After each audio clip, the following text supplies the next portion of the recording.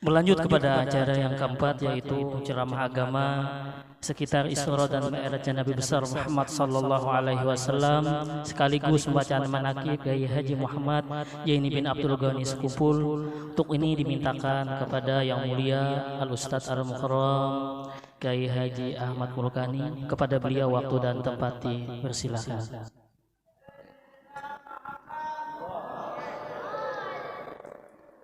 Alhamdulillah alladzi bidzikrihi tatanazzalur rahmat wa bisyukrihi tatazayadun ni'mat. Asyhadu an la ilaha illallah wahdahu la syarika lah, syahadatan hiya min afdali syahadat. Wa asyhadu anna sayyidana wa habibana wa maulana Muhammadan abduhu wa rasuluhu sayyidus sadat. Allahumma salli wa sallim wa barik wa karrim wa azim wa takarram wa tarahham wa tahannan ala sayyidina wa habibina wa maulana Muhammad wa ala alihi wa sahbihi wa tabi'ina lahum ila yaumil miqat. Amma ba'du, fausikum wa nafsiya bitaqwallah. Ittaqullah, innallaha ma'al muttaqin. Qala Allah ta'ala wa huwa asdaqul qailin, ya ayyuhalladzina amanu ittaqullaha wabtaghu ilaihil wasilah. Shadaqallahul azim. Yang mulia para habaib, keluarga besar, zuriat anak cucu Nabi kita Nabi Muhammad sallallahu alaihi wasallam, yang mulia para alim ulama, para guru-guru agama, pewaris ilmu Nabi kita Nabi Muhammad sallallahu alaihi wasallam, khususnya yang mulia Kiai Haji Guru Haji Saifuddin Zuhri.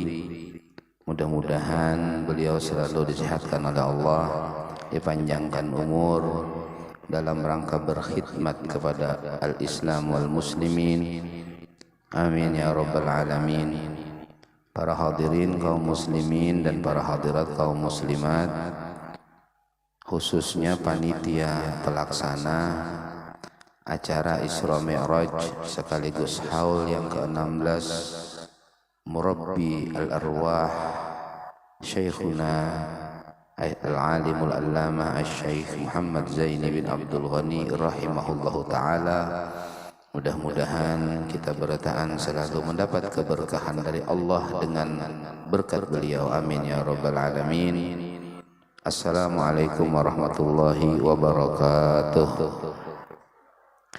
Alhamdulillah, kita wajib bersyukur atas segala nikmat Allah zahirah wa batinah yang tidak mungkin kita menghitungnya. Di antara nikmat yang besar adalah nikmatul Islam wal iman, kemudian nikmat as-sihhah wal faragh, sehingga kita akhirnya kawa bertahan hadir di masjid ini atau musalla ini yang diberi nama dengan Masjid Bani Arsyadi.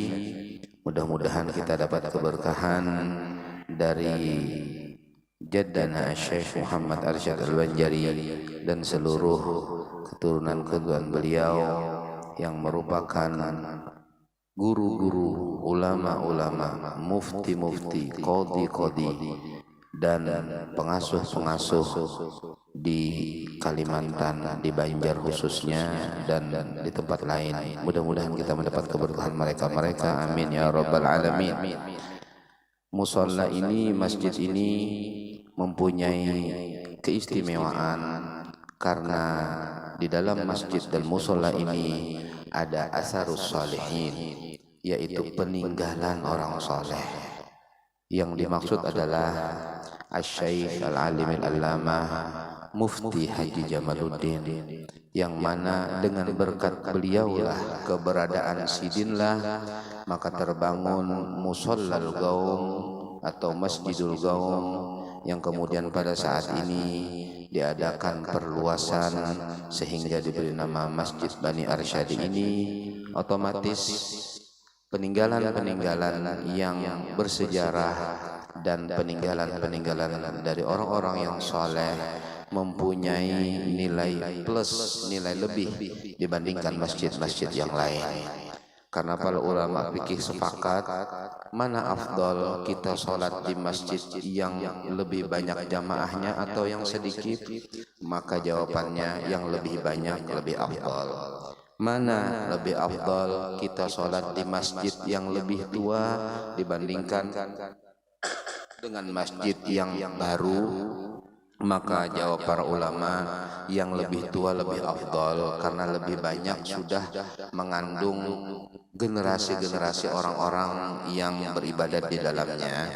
Tapi kesemuanya itu ternyata yang lebih afdal adalah di masjid yang di sana ada orang yang lebih soleh daripada yang lain. Jadi kalau ada masjid walaupun hanyar, ternyata di sana ada waliullah, maka lebih afdal kita sholat berjamaah di sana. Di belakang beliau orang-orang yang dekat dengan Allah Subhanahu wa taala. Oleh karena itu, musola ini, masjid ini mempunyai kelebihan karena peninggalan daripada Mufti Haji Jamaluddin radhiyallahu anhu ardhah.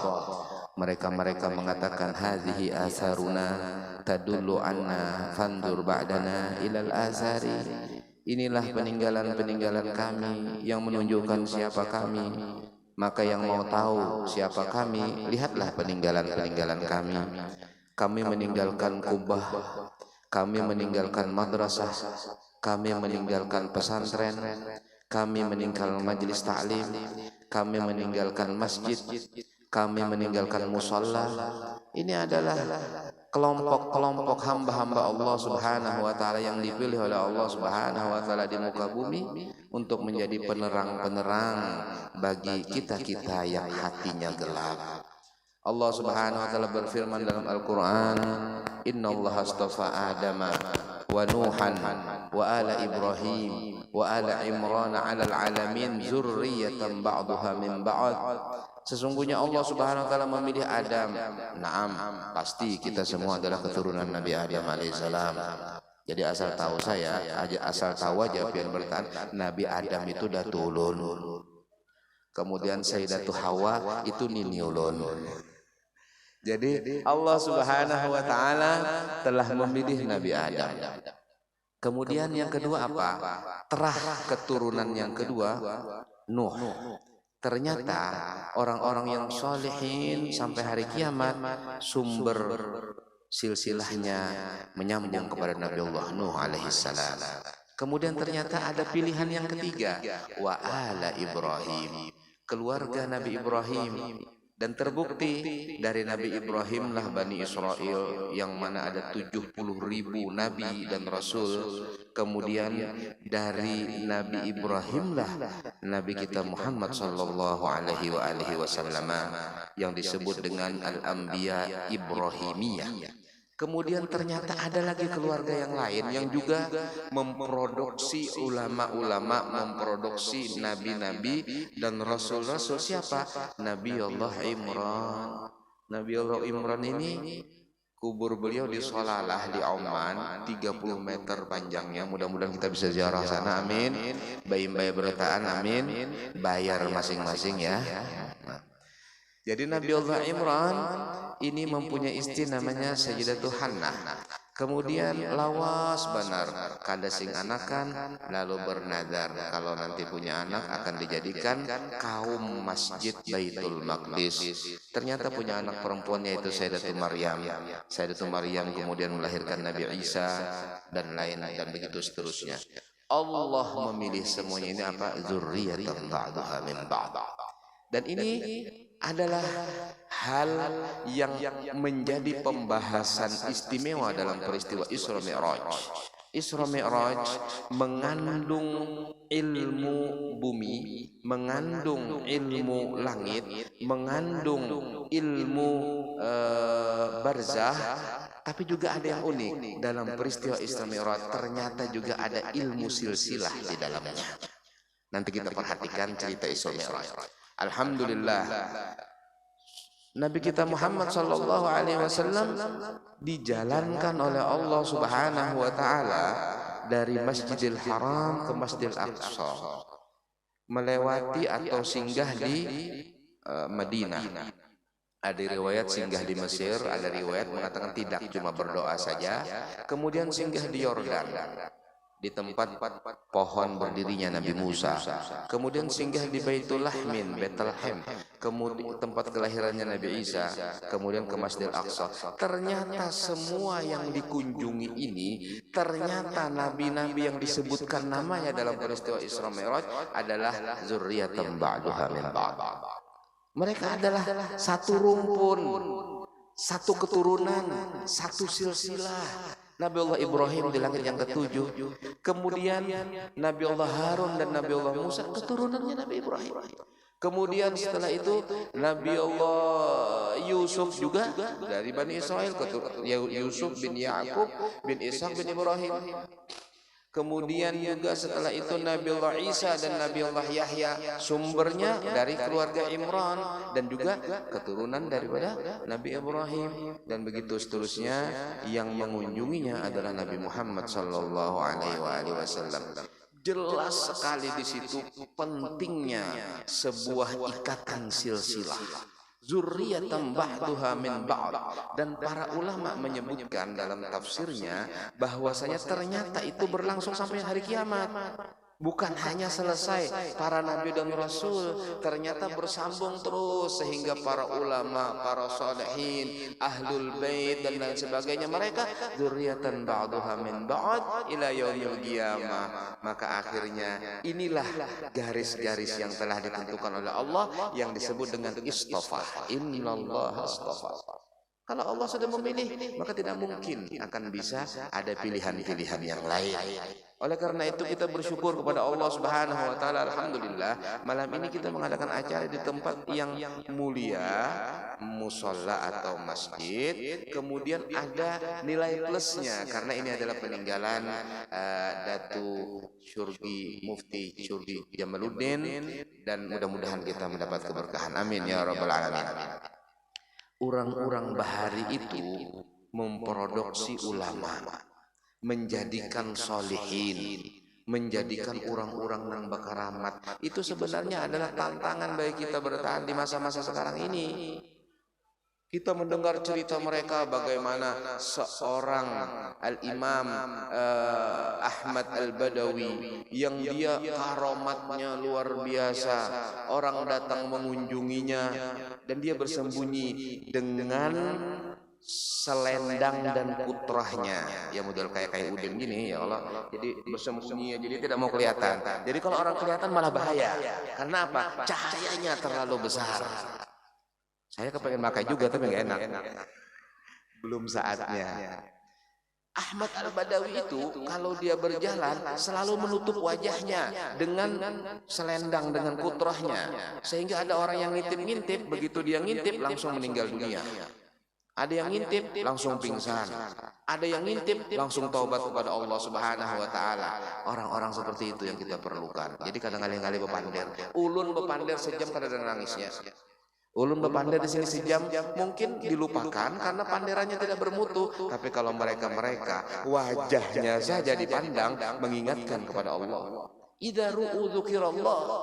Mereka adalah orang-orang yang apabila dipandang wajahnya mengingatkan kita kepada Allah, hati kita bergetar, hati kita langsung zikir kepada Allah Subhanahu wa taala.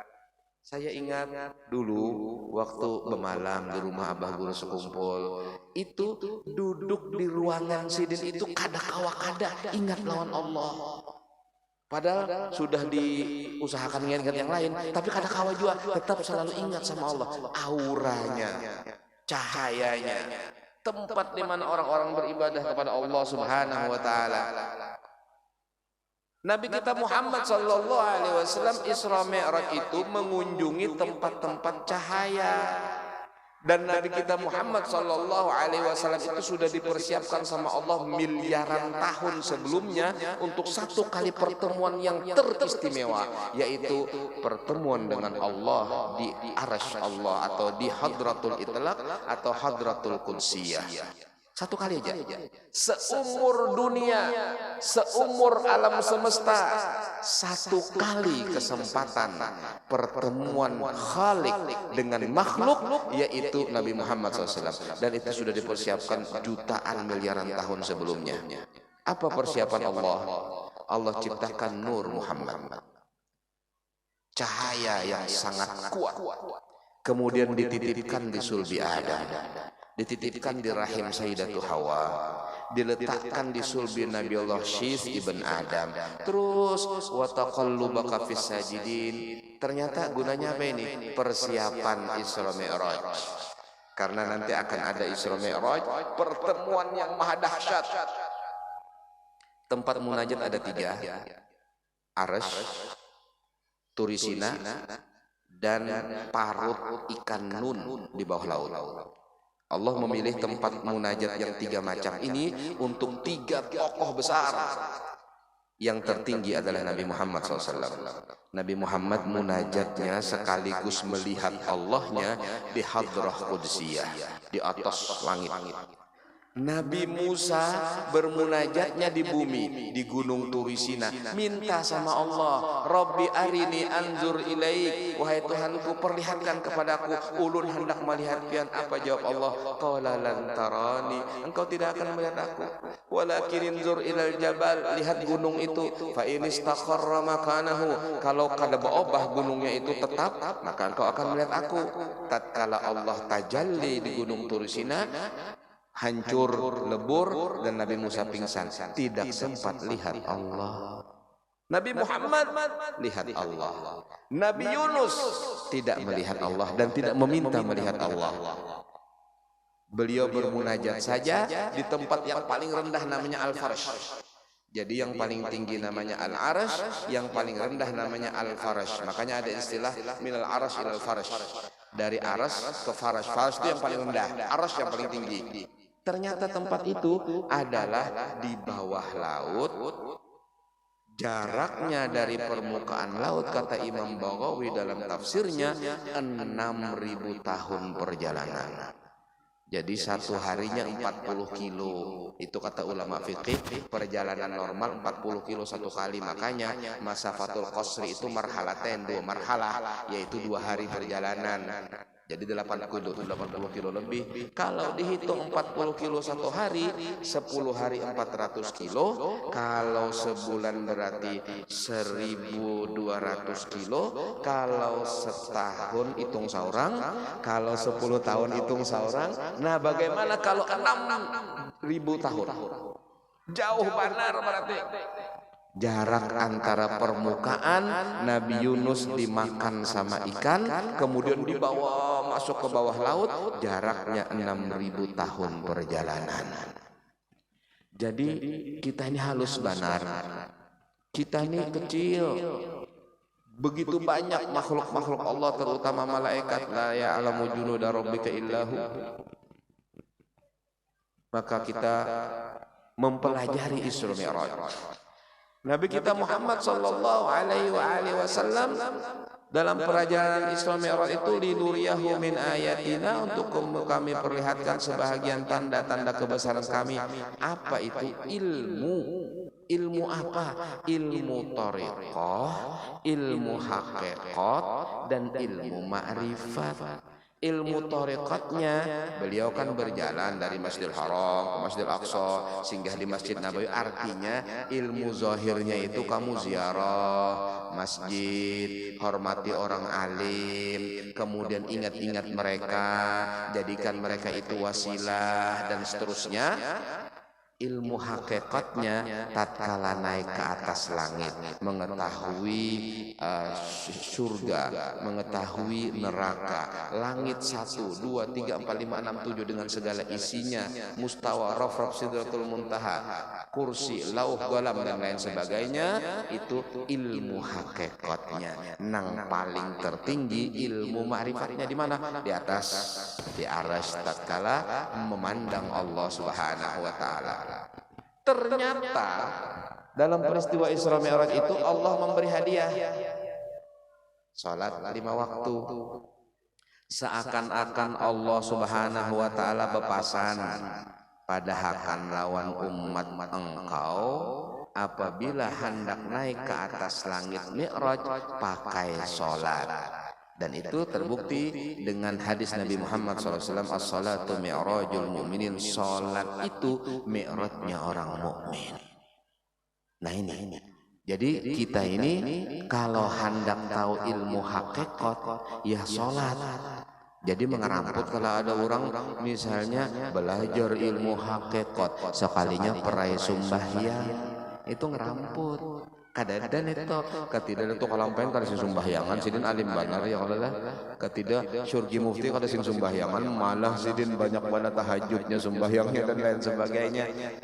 Jadi banyak sekali pelajaran-pelajaran yang ada dalam Isra Mi'raj Nabi kita Muhammad sallallahu alaihi wasallam. Di situ Allah Subhanahu wa taala memberitahukan dan mengisyaratkan kepada kita bahwasanya masjid adalah sesuatu yang paling istimewa. Oleh karena itu Nabi dimulai dari masjid, kemudian ke masjid, di langit ke-7 pun ke masjid juga, yaitu Baitul Ma'mur yang di dalamnya ada Nabi Allah Ibrahim alaihissalam. Alhamdulillahirabbil alamin. Di antara rentetan acara kita malam ini adalah bahaul yang ke-16 Syekhuna Murabbi Arwahina Asy-Syaikh Muhammad Zaini bin Abdul Ghani. Naam, ini adalah sesuatu yang memang sepantasnya. Karena apa? Karena Allah Subhanahu wa taala berfirman dalam Al-Qur'an, ya ayyuhalladzina amanu taqullaha wabtaghu ilaihil wasilah.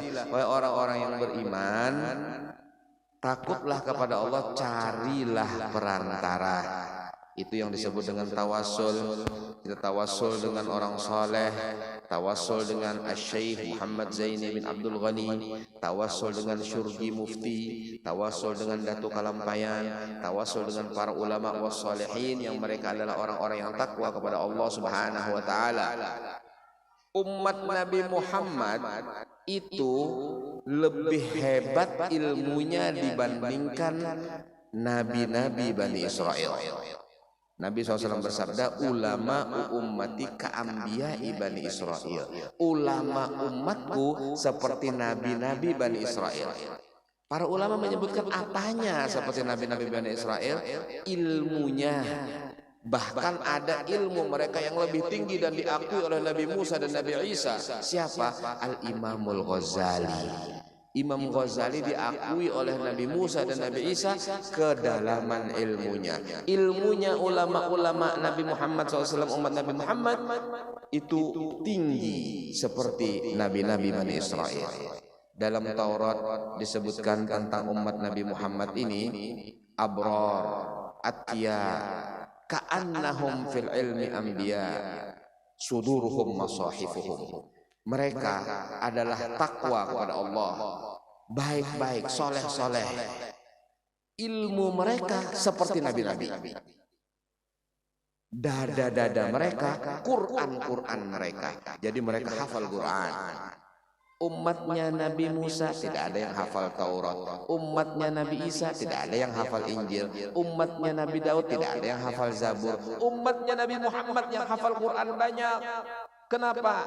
Karena Allah menjaga Al-Quran. Inna nahnu nazzalna dzikra wa innahu lahafizun. Kami yang menjaganya. Penjagaan Allah dengan dimudahkannya umat ini menghafal Al-Quran. Maka tatkala kita menjadi umat Nabi Muhammad sallallahu alaihi wasallam, tidak heran kalau ternyata umat Nabi Muhammad ini karomat-karomat mereka seperti nabi-nabi, ada seperti itu. Di Hadramaut itu ada Al-Habib, namanya Al-Habib Tahir Al-Habashi.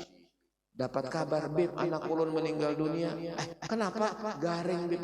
Mana anak ikam? Datang Sidin. Begitu dilihat lawan Sidin berdoa, bangun pulang anak itu, anak laki-laki, hidup lagi. Bahkan berumur panjang. Akhirnya sempat kawin, punya anak dan lain sebagainya. Karomat waliullah seperti mukjizat Nabi Isa. Nabi Isa menghidupkan orang yang sudah meninggal dunia. Dan lain-lain.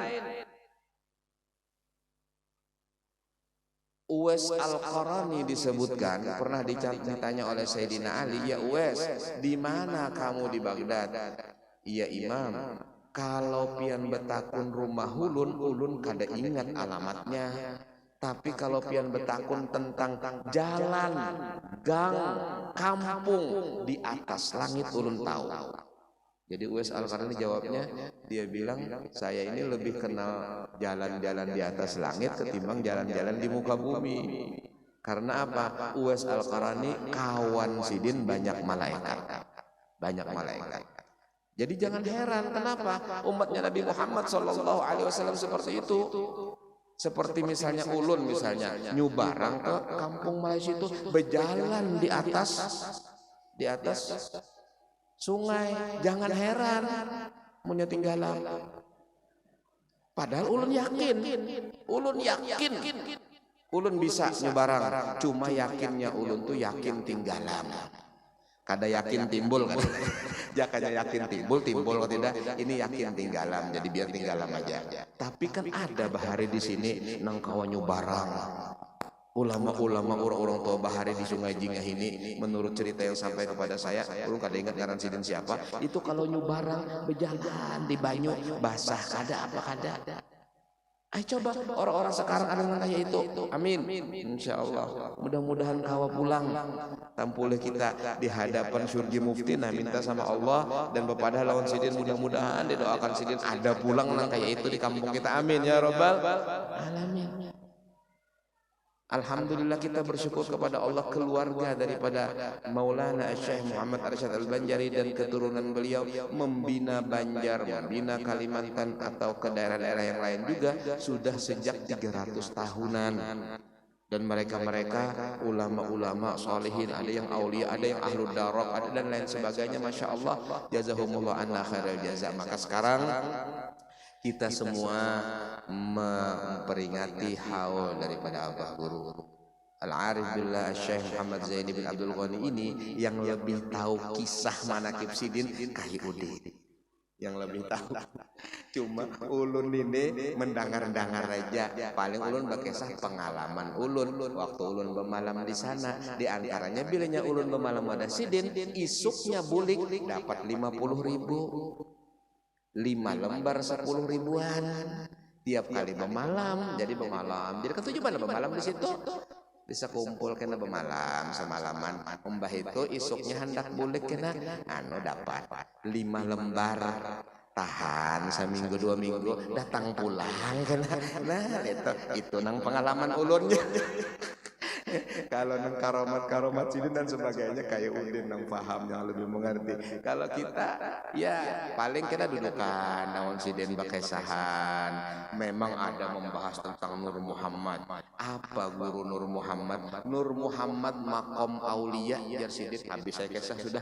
Ada kawan lagi menyuhuk jaka jar Sidin Nur Muhammad cahaya. Cahaya apa? Ini makom aulia. Ya jelas kada kau diselidiki. La ya'riful wali illal wali, kecuali jadi wali dulu aja tahu. Nah, jadi itu kehebatan Abah Guru sekumpul.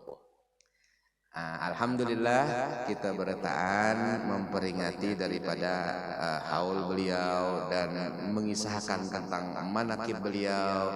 Maka pasti rahmat Allah Ta'ala turun kepada kita, dan mudah-mudahan diampuni dosa-dosa kita dengan berkat beliau, dengan berkat guru-guru kita, dengan berkat masyayikhuna arsyadiyin, dengan berkat mereka-mereka al-awliya wal muttaqin. Amin amin ya rabbal alamin. Wa sallallahu ala sayyidina Muhammadin wa alihi wa sahbihi wa baraka wasallam alhamdulillahirabbil alamin.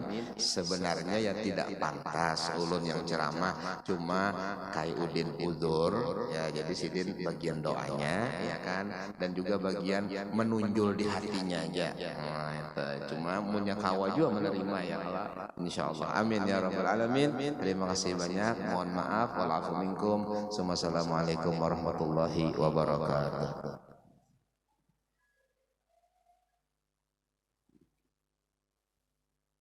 Selanjutnya acara yang kelima yaitu doa serta penutup. Untuk ini ulun mintakan kepada Ayahanda Kiai Haji Saifuddin Juhri, kepada beliau waktu dan tempat, dipersilahkan. Amin. Bismillahirrahmanirrahim. Alhamdulillahirabbil alamin. Allahumma shalli wa sallim wa barik ala sayyidina Muhammadin wa ala alihi wa sahbihi ajma'in. Allahumma rabbana taqabbal minna innaka antas samiul alim wa tub 'alaina ya maulana innaka antat tawwabur rahim. Wa'fu 'anna ya karim wa'fu 'anna ya rahim wa'fu 'anna ya arhamar rahimin wa'fu 'anna ya rabbal alamin. Da'wahum fiha subhanaka Allahumma wa tahiyyatuhum fiha salam wa da'wahum alhamdulillahirabbil alamin. Dengan berakhirnya doa tadi, maka berakhirlah seluruh rangkaian acara kita pada malam hari ini. Ulun selaku pembawa acara mohon ampun dan maaf jika seandainya di dalam ulun membawa acara terdapat kehilapan, kesalahan maupun kejanggalan. Hingga akhirnya ulun sudahi dengan ucapan wabillahi taufiq wal hidayah. Assalamualaikum warahmatullahi wabarakatuh.